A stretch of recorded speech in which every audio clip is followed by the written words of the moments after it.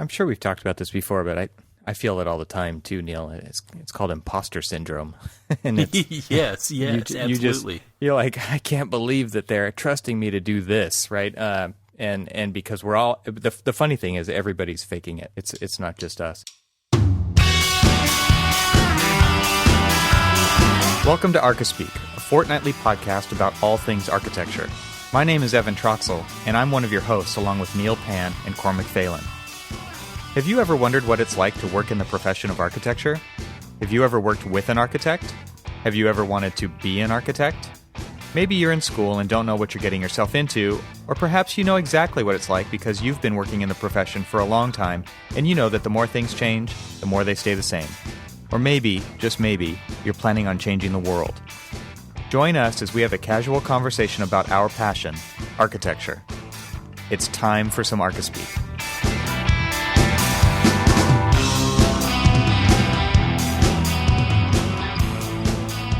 Welcome to episode 84 of the ArchiSpeak podcast. I'm Neil Pann. I'm Evan Troxel. And I'm Cormac Phelan. And this episode of ArchiSpeak is sponsored by ArchCat.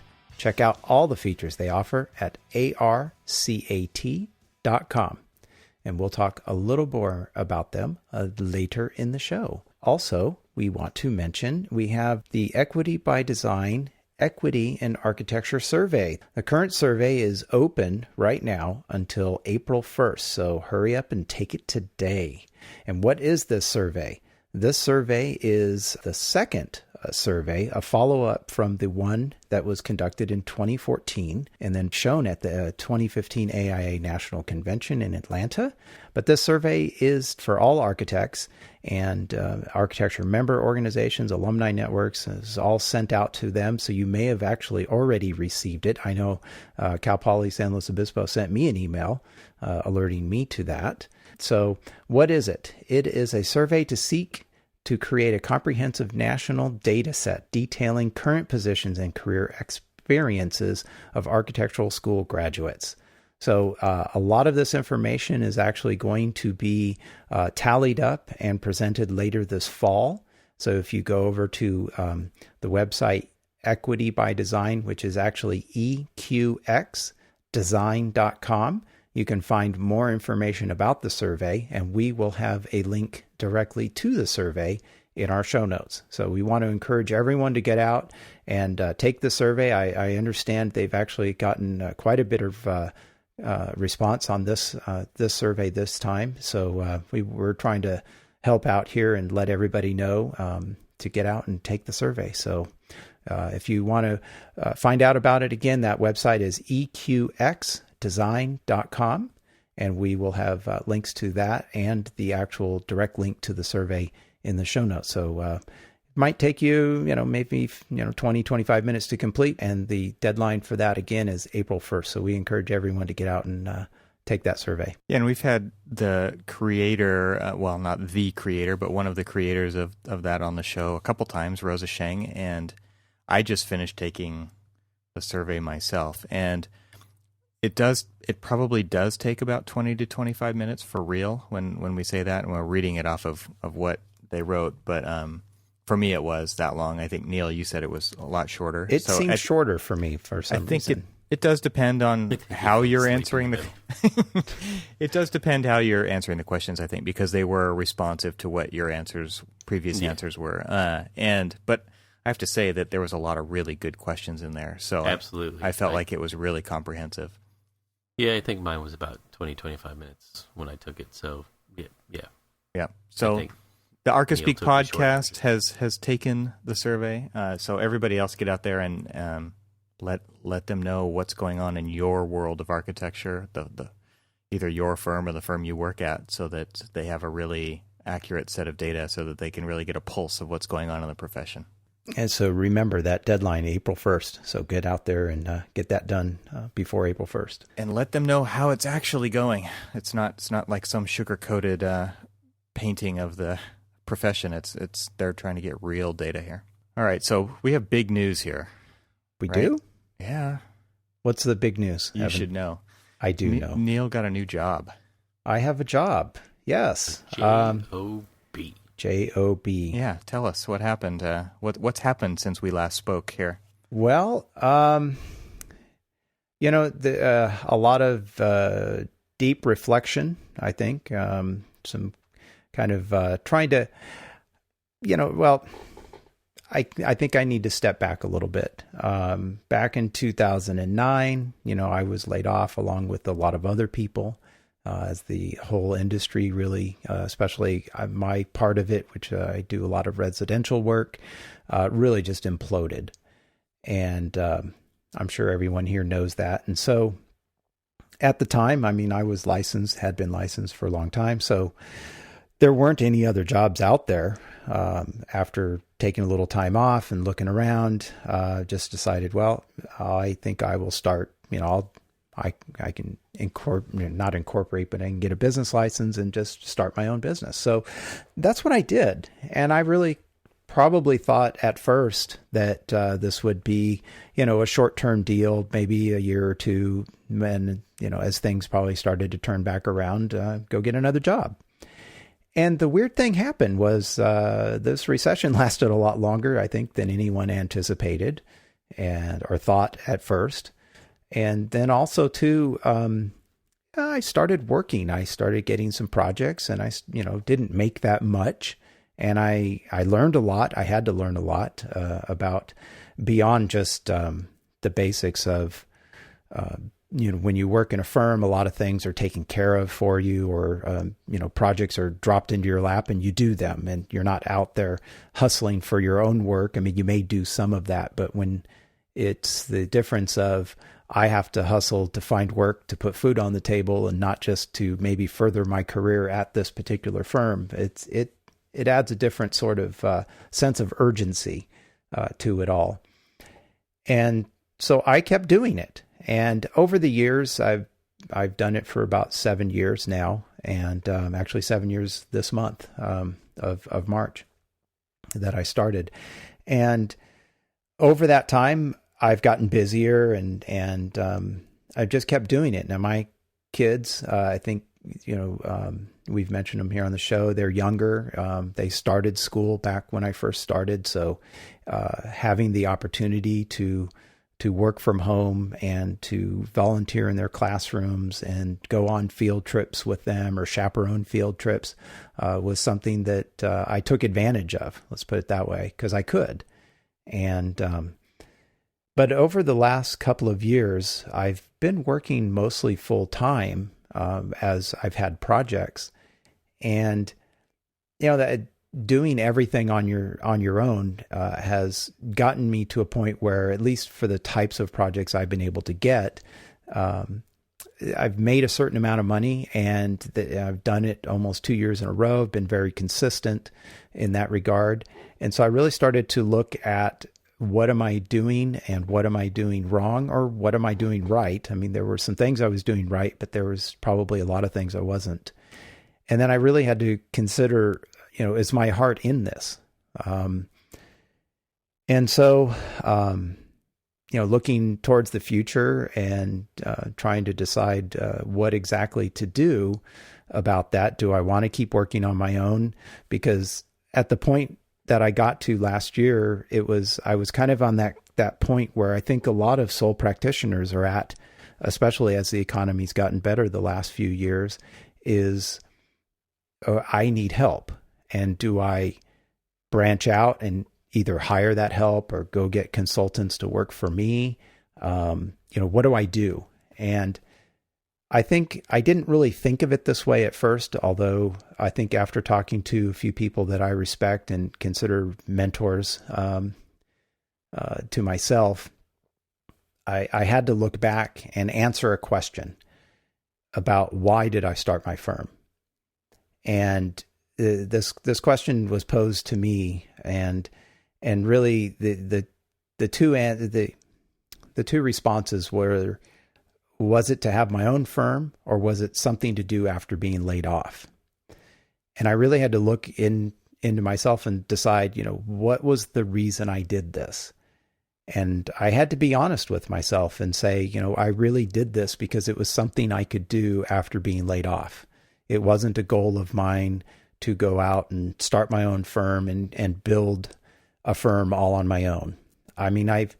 over the last 7 years, I've had that that thought or that expectation. At some point, I thought maybe that's what I would do, and I've collaborated with other people on some projects and thought, man, this might work well. Maybe we could, grow this into something, and it didn't happen for various reasons. And so after looking back on it, I decided that I didn't want to make that step. I kind of looked at the ways to do it, but just ultimately had to come back on, I didn't really want to do it. And so with that being the case, I actually reached out to a firm that I've actually worked with before, and they were looking, and I talked to them, and they said, well, we'd love to have you back, and this would be a good opportunity. And so I took them up on it. And I was also at a point with my ongoing projects where pretty much everything had kind of fallen off. I'd finished a bunch of projects, really didn't have anything else going. And so it was almost a good time to make that break. And so I decided to try it. And I've been at it now as of this recording, just not even a week, actually. But it's different. It's a little strange going back to the same firm that I worked for a number of years before. It's been over a decade since I've worked there, and they've moved locations. So that's actually kind of nice that I'm not in the same exact office again and kind of dealing with those ghosts, if you will. But it's a different situation, and one I'm just kind of getting back into and getting adjusted to. Going in the morning, I get in later. I get in around 9 because I have to drop my kids off at 8:30. So I'm still doing that. But I'm not picking them up now. And, there'll be changes that, take place now since I don't have that, flexibility. Although I will say, they're very, flexible. And in fact, just this week, as of this recording, my daughter got sick at school, and I ended up having to leave the office on like the third day. And after only being there for an hour in the morning, and have to go pick her up. And, I have a laptop, a company issued laptop. So I ended up logging in and working from home that day. So I still have some of that flexibility. And that's good. And it's also very close to my home. It's maybe a 10 to 15 minute drive, from my house. So that's another factor, is that it's very close. I'm not actually having to commute to something like San Francisco, which would be like 90 minutes for me. And so I'm still close enough. Soul-sucking traffic. Of soul-sucking traffic. Exactly. So there's a lot of interesting dynamics at play when you're running your own firm and potentially going back to work somewhere else, or maybe that somewhere you've already been, right? You've got the dynamics of the family and your wife, and the how much money you're making and how much you're paying in taxes, and but then you've got all the other trade-offs at stake. So you probably won't be running as much. You probably won't be doing as much time in the classroom with the kids. And these are all like real struggles that we all kind of have to deal with. Some of us have to deal with some more than others, but it's tough when you are so involved in your kids' school and the Cub Scouts and the Boy Scouts, and you're doing stuff with your daughter, and you're doing all your training for the marathons, and now you're going back to work for a place where you've got to give up a lot of that flexibility. And what's interesting to me, Neil, about this is like a lot of people seem to be going the other way, right? They're leaving the big firm for something on their own, and they want to give that a try. And you are at the point now where you're going back to the firm. And I was just talking to a friend of mine today who did something similar. He was gone for like 7 years, and he had a bunch of money saved up, and it slowly depleted until there was none left. And then it's like, well, I guess I got to go back and get a job again and put my kids through college. And, it's like actually really hard decisions to make. And you feel like you never quite know what the right decisions are. And I'm sure you had a lot of that going on too. Absolutely. It's not been an easy decision. I mean, one of the you mentioned sending the kids to college. I mean, my children are 7 or 8 years away from that, and so like tomorrow, it feels like they'll be going very soon. And yeah, the way I kind of have put it, there's a couple of things. One, the type of work that I've been able to obtain. The area that I live in, there's more wealthier areas nearby, but not living directly there, it's been tough to kind of break into that market. So I've been getting projects that just are not, they don't pay that well. It's hard. And so one of the challenges I've been dealing with over the last couple of years, as work has been more abundant, I mean, people call me a lot more, is that that the types of work that I've been getting calls about have been jobs that really you can't charge a lot for. And so the challenge I've had is that I'm hitting a limit on what I can charge for the type of work that I've been getting. And, there's definitely decisions to be made there about, okay, well, let's go focus and try and get other type of work. And I wasn't that successful at trying to do that. So I just kind of took things as they came. But I found that I was beginning to, in order to make enough money to pay taxes, to pay, especially as we head towards April here, and I've got this huge looming tax bill to deal with, is that in order to charge enough to take care of things, I'm pricing myself out of the kind of market that I've been in. So there, fundamentally, my own business, I needed to make a change. I needed to go find other types of projects, or if I was going to continue doing the types of projects, I needed to find more efficient ways or cheaper ways to get those projects done so that I could do more and make, a better income at it. And those were decisions, that I had to weigh. But really, as I look back over the last 5 to 7 years, is I've really kind of been in a survival mode, is kind of the way I described it to myself as I looked at this decision. And the personal stress that has been on myself and my own mental well-being and also the mental well-being of my family, really, is that when you have your own practice, some months are really good, and you get a couple of billings out, and you've got some money in the bank. It's like, okay, yeah, they got the mortgage covered this month, and maybe next month, okay, that's great. Well, then due to either projects or billing schedules or many different factors, it might be another month or two before you get some amount of money in, and so it's very stressful. And then you've got this looming costs of kids going to school, saving for retirement. These are all things that in this survival mode I've been in that I have not been able to do. Yeah, you just put it on hold. Yeah, exactly. Everything's been put on hold. And part of that even being on hold is maintenance around the house and the yards. Just there's no money to take care of anything.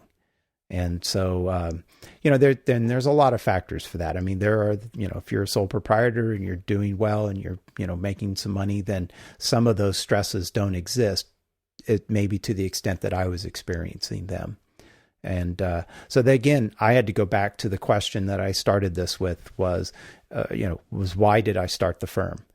And because I didn't start it to go have my own firm and to make that decision to do that, it made it much more difficult for me to make it a success. And quite honestly, it was like I had to make that decision was, do I want to make it a success and make that choice and do that? Or do I want to try and do something different? And I made the choice to try and do something different, and taking this job is part of that. Well, I mean, I know, Evan, that we kind of been there with you, Neil. I mean, we've had, like, I worked for myself, and did that whole leap before I looked, and kind of started a design firm before I really, knew what the hell I was doing.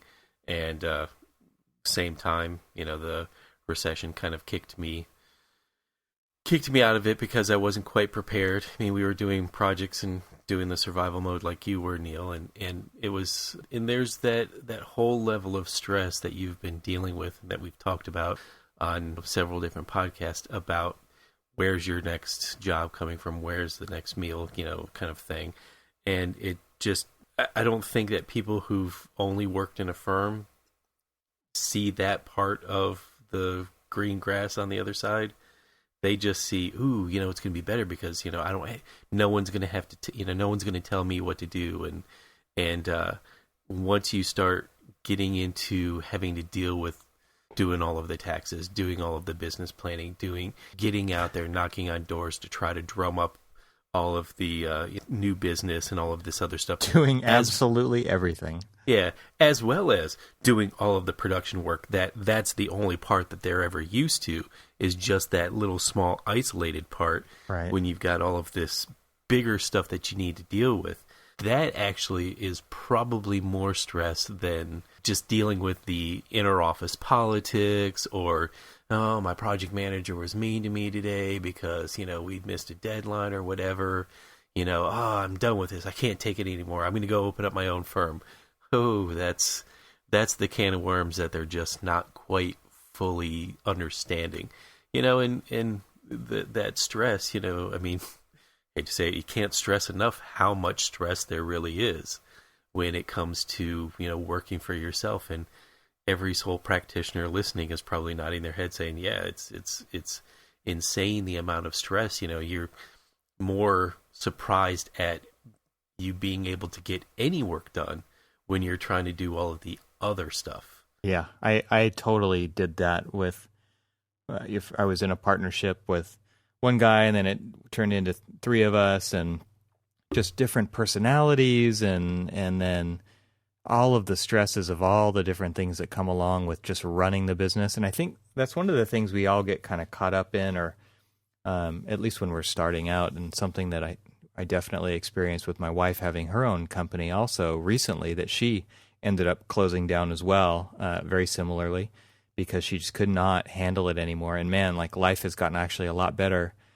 for us just because she's not as stressed out. And so the whole mental well-being and those points are really well taken, because it was really hard. And honestly, like, just owning a business is not something for everybody. But I'm glad you did it. I mean, I think that something that you were just mentioning there, Cormac, is, I think these are all just different things you have to learn, and it's just lucky if you actually pull it off the first time you try it. I've had 3 of my own businesses, and none of them have worked out, and I don't regret that one bit. I think that it's all really great experience, and I want to do it again someday. It's definitely something I want to try and do better. The point I guess I was trying to make was, a lot of times we get stuck working in the business, not on the business, and that's really hard to do when you're the only one that you can actually count on, right? It's hard for us to delegate. It's hard to find somebody you can trust. It's hard to find somebody who cares about it as much as you do. And if you don't find those people, then you're relying on yourself, and then you are working in the business. You're doing all the production work on the day-to-day, and then the books fall behind, and then you're just constantly playing catch-up, and you're just reacting, and it's so hard. I totally get it. And Neil, so we can boast by saying, yeah, we've got 8-hour days, because I punch in, I punch out, they're paying me for my 40 hours a week, and, that's what we do, kind of thing. But as well as every other person out there listening that, is doing the daily grind of a sole practitioner or, really small firms, that it's not an 8-hour day. It's far from an 8-hour day. It's, it could be 16-hour days sometimes, could be no hour days sometimes, but that fluctuation is probably more stress than just the punching of the clock going in and going out kind of thing. And that's kind of rough. But what I wanted to say is that and I don't know if this was your experience, but when I transitioned from working in a firm, then 5 years of kind of working, in a partnership of 2, to then going back and not working for myself, the firm that I worked for, I was so hard on. I judged them as like, oh, I wouldn't do that, and it was kind of rough to transition back into being an employee instead of being an employer. But what's interesting though is a lot of times, I kind of take a step back and I look at, I've never really had any designs of going back out there and getting into the things yet. I don't know if I'm, mentally ready, or I know I'm not, licensure ready and all that other stuff. That's a different story in itself, but it's just, the stress, I more look at the stress. It's just like, I remember those days where I had $14 in my business account, and I was wondering where everything was. When the bank's going to take 15 just to have the account. Exactly. I'm going to overdraft because the service charges and and everything else, and it's just I think your peace of mind might just. I think you may have just saved your sanity. I don't know. Well, it's kind of. I'm sure it feels bittersweet. It's definitely bittersweet, and the what you just said about like, oh, I wouldn't do that, or I not. Oh, that's a huge thing for me, because for the first time in my career, I was able to work on my Mac 8 hours a day, all day, and use the program that I chose, right?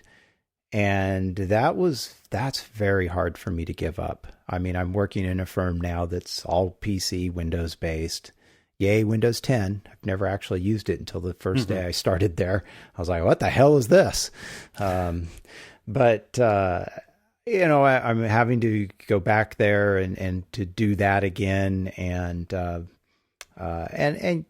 just simple things. Yeah, it's definitely hard, but I'm entering this with the attitude of keep your head down, do the work. I mean, I'm kind of entering right now in a position to get some stuff done that they need accomplished on several projects.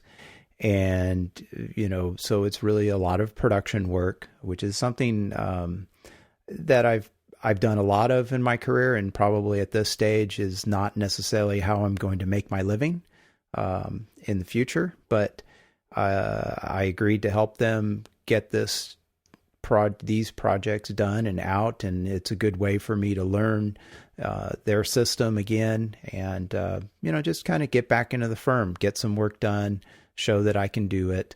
And, then the future can take itself from there as far as growing or taking on more responsibility in the firm, which is something I did before I left. I was a project manager. I had clients of my own and was managing, several people and such. And I'm not entering with that sort of position right now, but, I'll get there. And, so we'll see how it goes. It's a little strange going back, definitely. But to speak to what you said about working and stress, it is going to be another change for like, hey, when Friday comes, yeah, I can put this in the drawer and I don't think about it again until Monday, right? And well, we'll see how long that lasts, right? But I think here's the difference for me is give him 6 months, Cormac. Well, yeah, give me 6 months, right?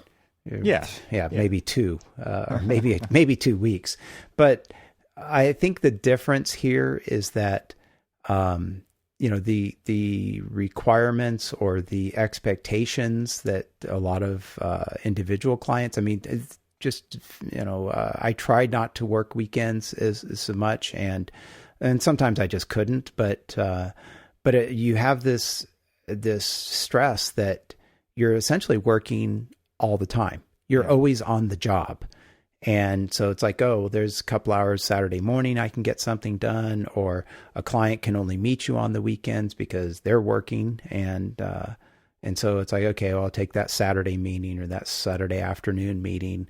And so, or you're using that time to get ahead, right? It's like taking care of the invoicing or something. Okay, well, I don't have time during the week, so I'll do that on Sunday morning, before everybody gets up and the day gets started. I'm doing those things.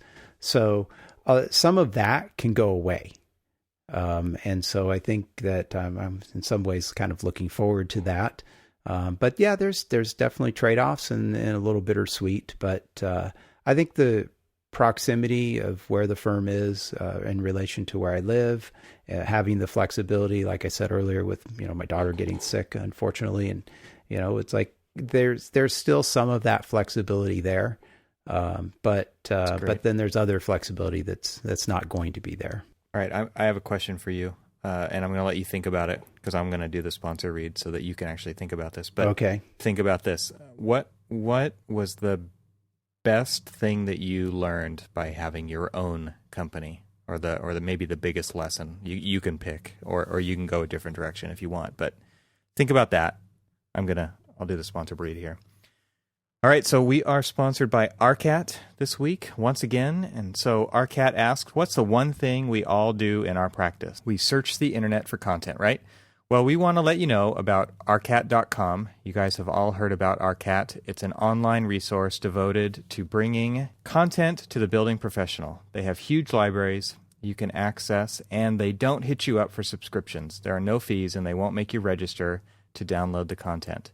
We've all been there, and you finally get the right file, and you get blocked with a registration pop-up, and you think, thanks for wasting my time. I will find it somewhere else.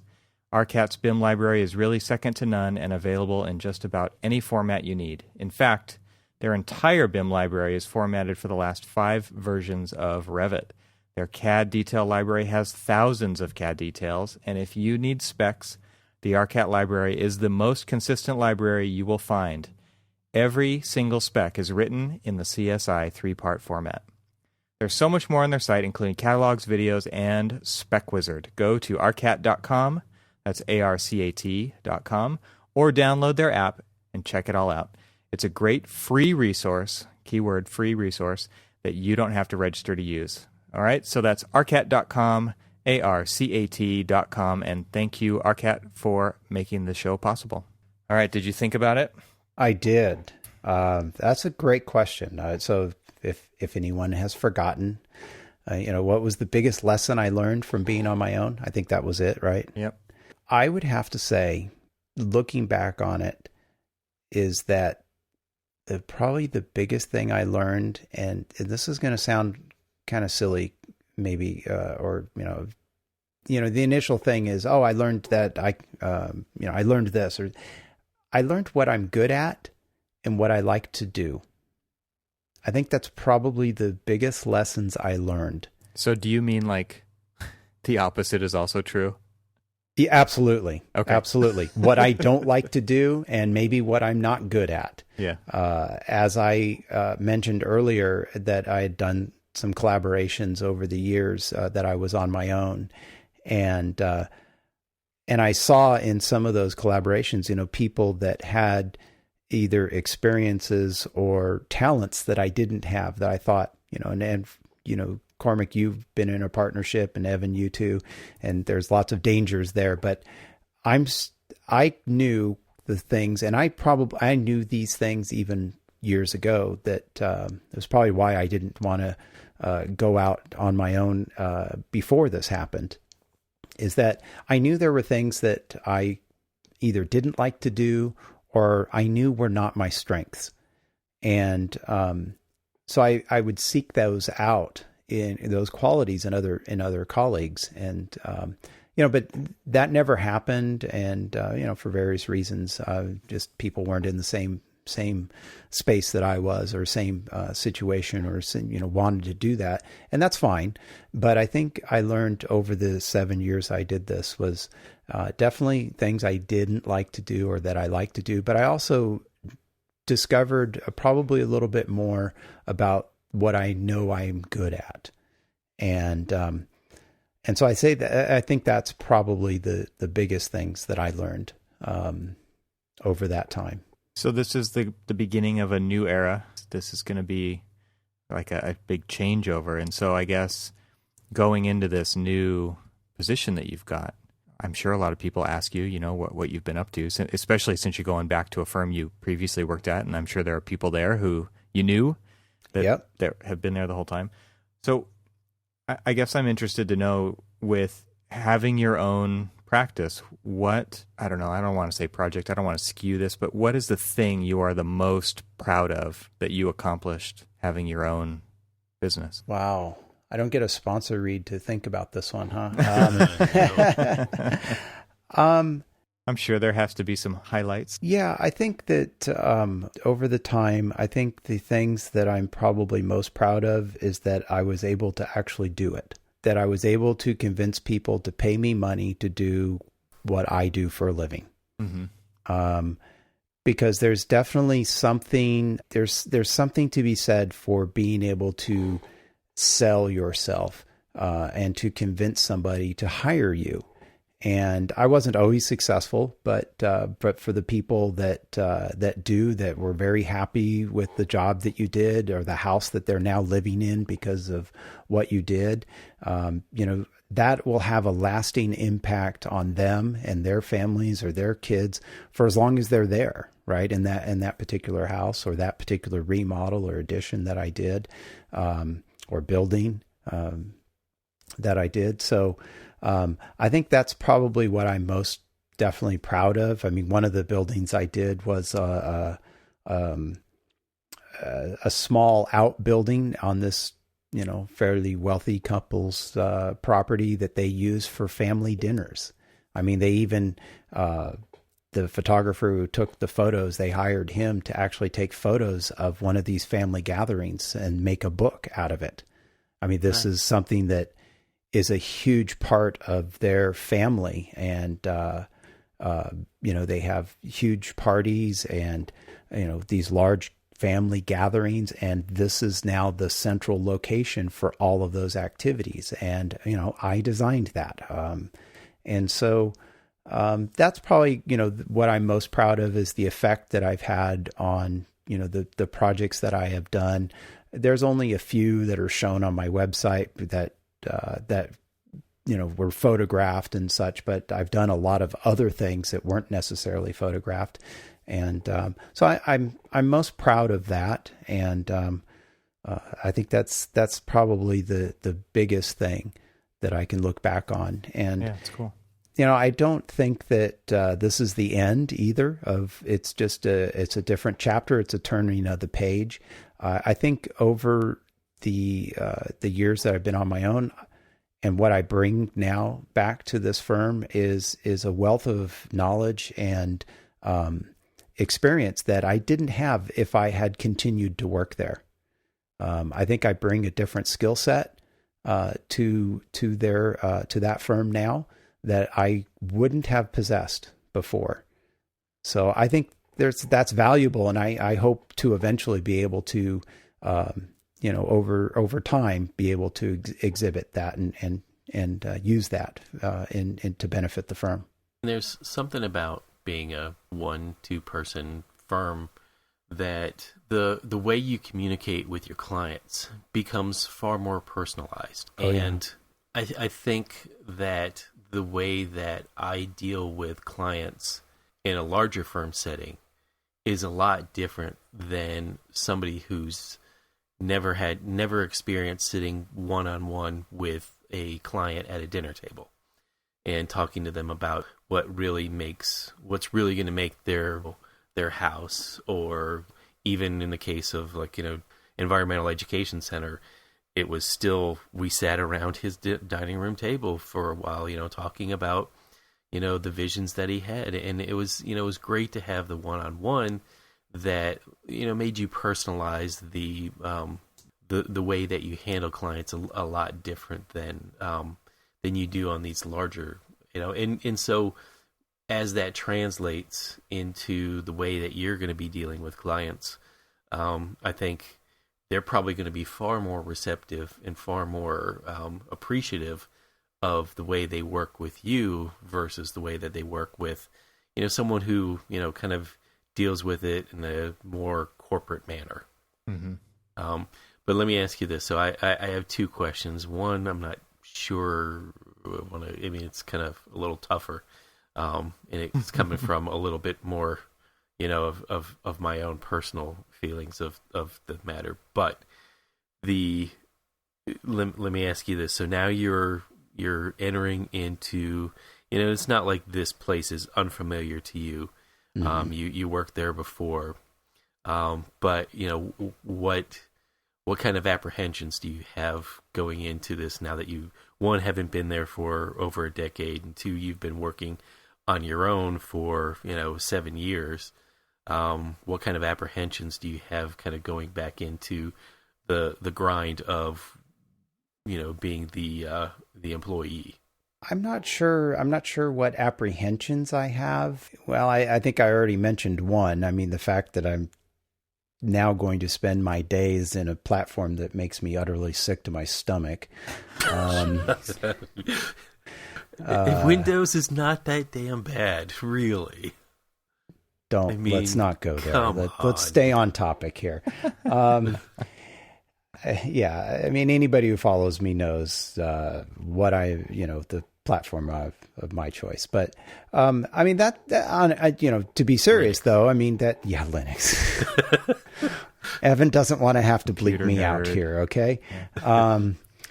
Anyway, I mean, there definitely is that apprehension of having to go back and do this. I mean, I really enjoyed being able to roll my own stuff, so to speak, and not use even Office and Excel or none of that crap. I've been able to use the programs that I enjoy using and that I enjoy being in front of, that's visually pleasing to me in a way that Windows just turns my stomach. So there's definitely that apprehension. The other apprehension, to be honest with you, is what they're asking me to do right now is to come in and work on some fairly large multifamily projects.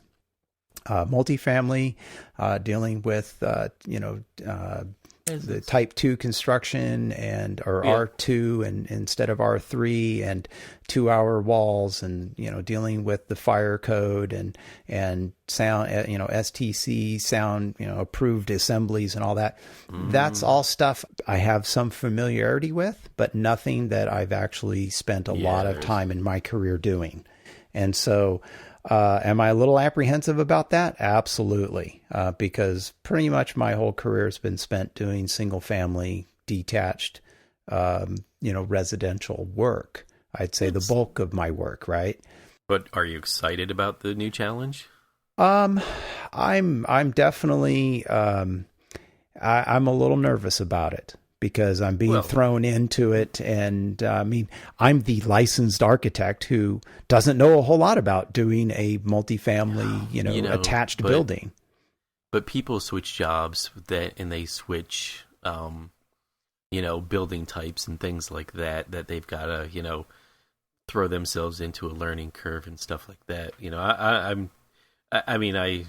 I most certainly see where you come from. Let me put it this way. I'm looking forward to the opportunity of adding this building type to my expertise. All right. That's what I was trying to pull out of you, man. I mean, I would be much happier if I should say it would be much easier for me. I shouldn't say happier. It would be much easier for me if they just said, oh, here's some single family production projects or customs we're doing. Here, go work on that stuff. That would be easy. I mean, because I've done it, right? It's in my wheelhouse. It might make the transition a little easier, but I'm being asked to do something I'm not that familiar with, but I am looking forward to having, because quite honestly, here in the Bay Area where I live and land values and just population growth, I mean, everything is going multifamily. Oh, yeah. 3, 4, 5 stories, podium buildings. I mean, when I look at my career for the next 20 or 30 years, that's the kind of building that is going to get built here in the Bay Area. I mean, the days of the large single family detached development, eating up acres and acres of property here in California is going out the window. I mean, and it's not happening. In the DC area. I mean, you'll be hard pressed unless it's in an established neighborhood and they're gonna, buy $500,000 to $1 million, tear down. Right. You're not going to get very many brand new, housing developments, because they just, unless you're way out in the country. Right. I mean, everything close to the city, like what you're, dealing with now, is going to be high rises. And, I think it's an interesting challenge. I've always kind of relished the fact of being able to get very nervous like you are, and, kind of being pushed out of my comfort zone, and, trying a new building and stuff like that, because I realize, and I'm pretty sure you're going to realize pretty quickly, because, it's not like you don't have anything to bring to the table. You've got all of this wealth of experience and knowledge that you're bringing to it, that you're going to find it's like, well, multifamily's got all of these different facets to it that I don't really deal with in single family, but there's so much stuff that you have to deal with the single family that sometimes is always forgotten, because you just kind of blow it up in the multifamily, that, you think you're going to be able to, push yourself into a direction that you may not be seeing right now, because you're just kind of, it's all new to you. But I think you're going to love the challenge of it all. I'm sure we've talked about this before, but I feel it all the time too, Neil. It's called imposter syndrome.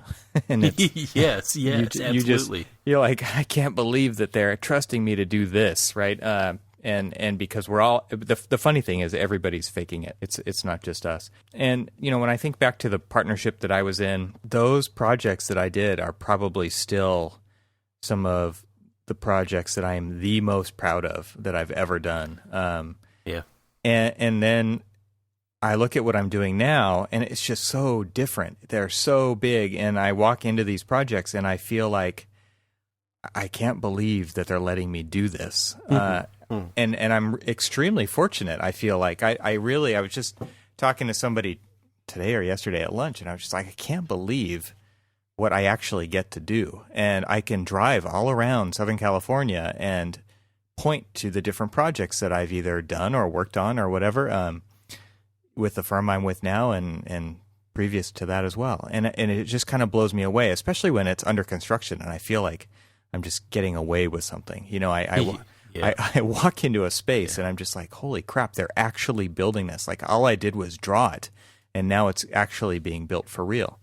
And so I totally get what you're saying. It's like when I think once it gets a little more real, right? When this project that you have been brought in to kind of shepherd along and make sure it gets done right, and they actually build this thing, it's going to be a whole new ball game, right? Because compared to the small projects that you've been doing, which all by yourself, and now you're working with a large group of people and this team, and they could be in remote locations, and you're coordinating all these consultants, and it's just a different ballgame. And when that thing gets built, you've done this before, you know what it's like to walk into those, go out and do some construction observation or whatever, and it's like, man, I can't believe they're actually building this thing, and it just adds a whole new dimension to your career that's just so completely different.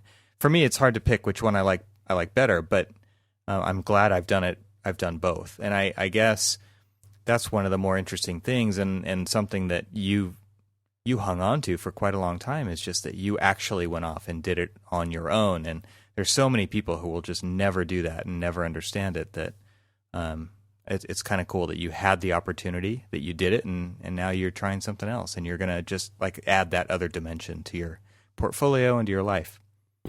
Yeah. Cormac, one other apprehension about this is that, as listeners know, I serve on the planning commission of the city I live in. And I've actually, a couple of years ago, turned down a consulting gig for the same firm that they were looking for somebody to get some construction drawings done on a custom house that they had designed. And I actually turned it down because they were the architects for 2 or 3 different projects that were going to be coming before the planning commission. Very important projects, very polarizing in town. I mean, the one meeting we had probably 100 people in the audience and about 35 speakers. And my position on the planning commission, to me, is very important. And having that as the only architect actually on our planning commission, which is also a design review commission as well, or design review board. We do both duties. Having that is very important to me, and being able to contribute and having to step aside and say, well, I have a conflict of interest and I've got to step aside, is something I didn't want to do at the time.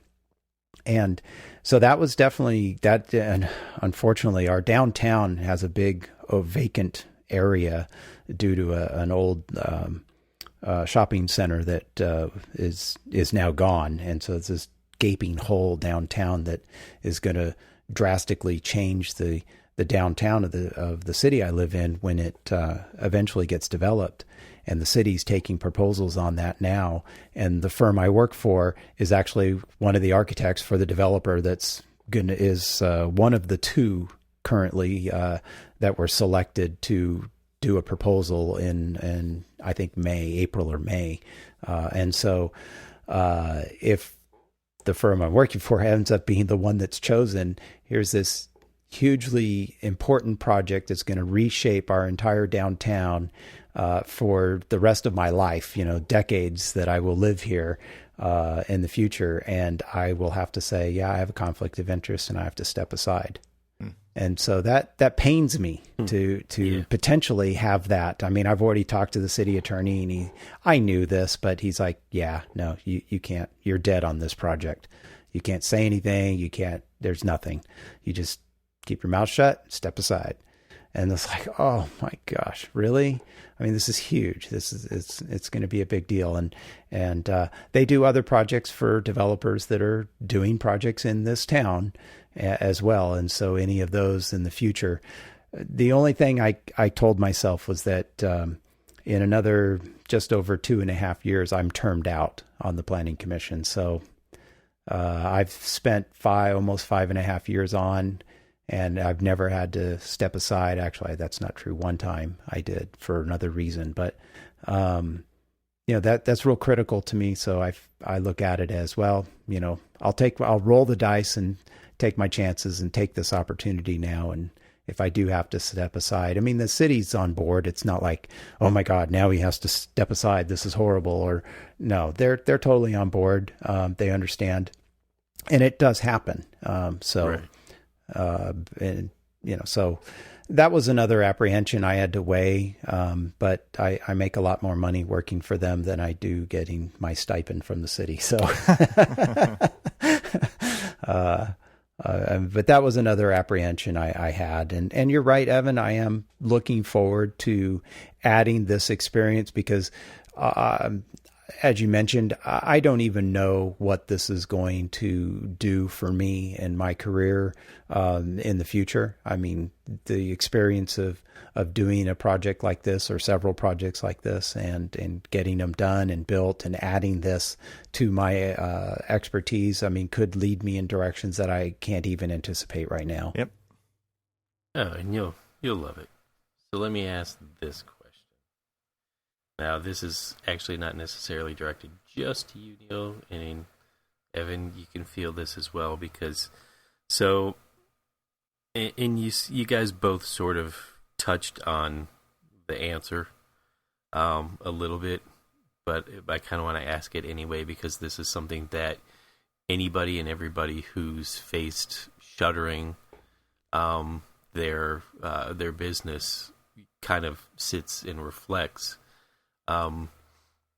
Even though you've had, exciting projects, or you've felt very proud of, projects that you've done on your own, you're going to sit there, and I've sat there numerous times thinking about, dwelling over, oh man, what went wrong, or, what could I have done better? But I also think, and this is the question, is, do I think I'm a failure, or how am I dealing with the failure of, shuttering my business? I mean, do you think you failed, or do you just think that this is it's a really hard question. It really is. No, it's a very appropriate question. Thank you for asking it and bringing it up, because do I have that? Let me answer it this way. Yes. I mean, there's definitely times that I've sat down and felt that way. I think if you had asked me this a week ago when I was first making this decision, I felt maybe more so. Mm-hmm. But again, the way I looked at this, and I go back to the very first question that I mentioned at the beginning of this show, was why did I start my firm? And the answer that I ultimately gave myself, which was, something to do after being laid off, was not the answer that I needed to have and not the mental state I needed to be in to be successful on my own. And so did I fail? I probably failed at being in the right state or making the decision to be successful on my own. I think I just took jobs as they came and just kind of puttered along, and I had some success, but that wasn't my goal. And as we mentioned in our last episode about goals, I didn't have that goal. I didn't make a goal to be successful and to have a larger firm or to just be super successful on my own. I mean, that was certainly an implied goal, but never something that I really wrote down. So what's helped me kind of come to terms a little bit with that question is that I really didn't fail at something I set out to do. And maybe I'm splitting hairs here, but I think that I never really made the decision to be a successful sole practitioner. And so I'm trying to basically justify it and say that I don't think I really failed because I didn't really set out as my goal. So, but yes, I mean, there's definitely some aspects of this of like, could I have done something different, or could I have, I mean, really, because quite honestly, right as I was trying to weigh this offer, I got like 3 or 4 calls about doing new projects, and most of those don't ever turn into anything, but it's like, really? I don't hear from anybody for like 2 or 3 weeks and nothing is happening. And the one little consulting gig, they don't need me for a few weeks and I've got nothing. Boom, here's this offer. And then right as I get this offer, I get 2 or 3 calls to do some potential projects. I'm like, really? Do I, and that was the moment of, well, I've got several calls, and do I call those people back? And I mean, I did, but do I go after them aggressively and try and get those projects, or do I take this other deal? And I think for me, this is not something that I decided on the spur of the moment. This wasn't like a week ago. I just decided, okay, I'm going to go do this. This has really been leading up to, for several months. And I actually consciously made certain decisions to take on certain projects or not to take on certain projects, knowing that I think I needed to make a change. And this opportunity just came up at a good time that it made it a good time to make that change. Yeah, I think that failure is a touchy word, right? Because I'm happy to admit that several of my business ideas and businesses themselves have failed because I don't view that as a bad thing, because you learn from it. But a lot of people don't like to be labeled that, right? So I get it. Like I said before, I don't regret any of it. And even though I do consider them failures, that to me, it was, man, I know so much more because I failed at that stuff. Exactly.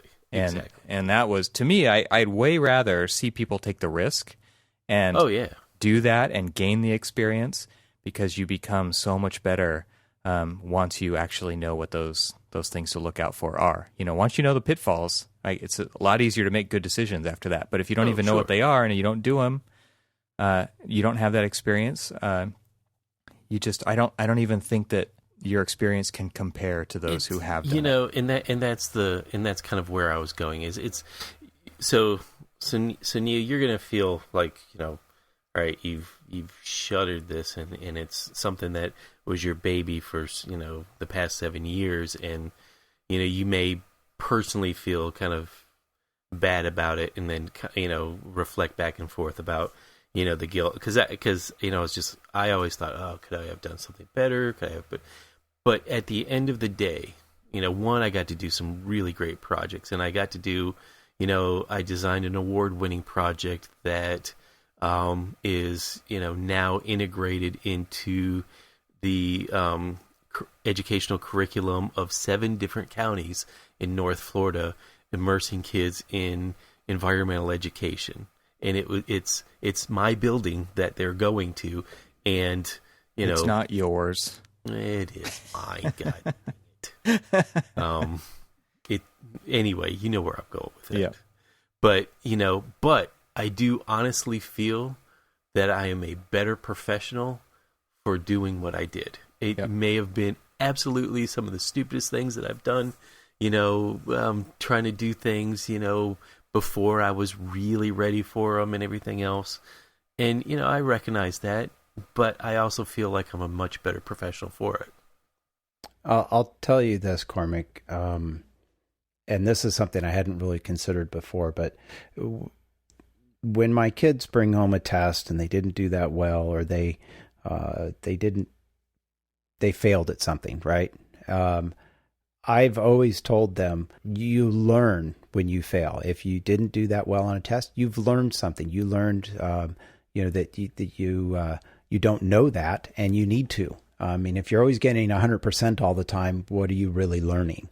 And so I've always tried to make them feel better by saying, hey, we learn by the things that we fail at. Right. And which is exactly what you just said, Evan. And I hadn't really considered that, this venture that way. And I should probably take a little bit of my own advice. And you will. It takes time to do that type of reflection. I think it's not something that just pops in and yep, here's the 5 points. I mean, and I think we've asked you some questions tonight, but I think you'll probably actually get to think about them over the next few months.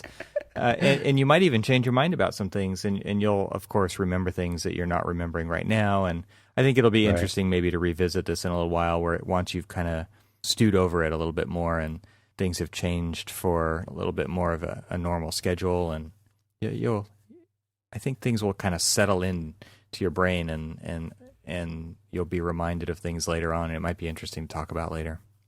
Well, I'll tell you what, our listeners, we'll be attending the AIA conference in Philly. You can come up and ask me then. Yeah, there you go. You've got a few months between now and then, and that might be a perfect time to do have a more reflection on it by then. Yeah, cool. So, well, guys, thank you very much for asking some tough questions. But I think a lot of our listeners will hopefully gain some insight on my situation, and maybe it's very similar to yours. You've been considering something similar, or you've done something similar. So if you have, let us know. Visit our website at archispeakpodcast.com, and there you'll find links of all the episodes we've done. And you can also sign up for the newsletter. There's links on just about every page there, and that'll include everything we mentioned in the episode, links to things and the subject titles and stuff like that. So between those episodes, join us on the conversation by leaving comments on the site. Again, that's archispeakpodcast.com, and on our Facebook page. We really appreciate. We've been posting some things there and been getting some great feedback, so we really like that. Again, thanks for listening, and stay subscribed. Good night. Good night. Good night.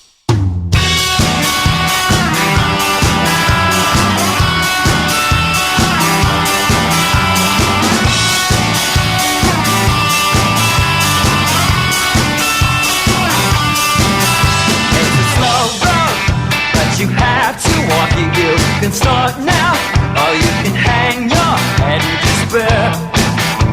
It's the only road to take you there.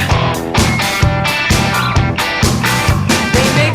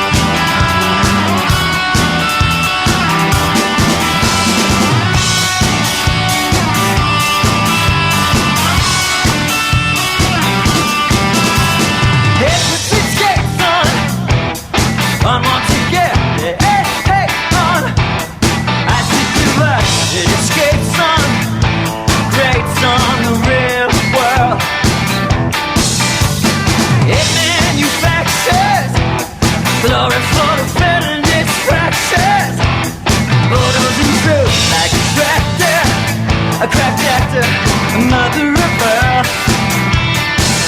And if they don't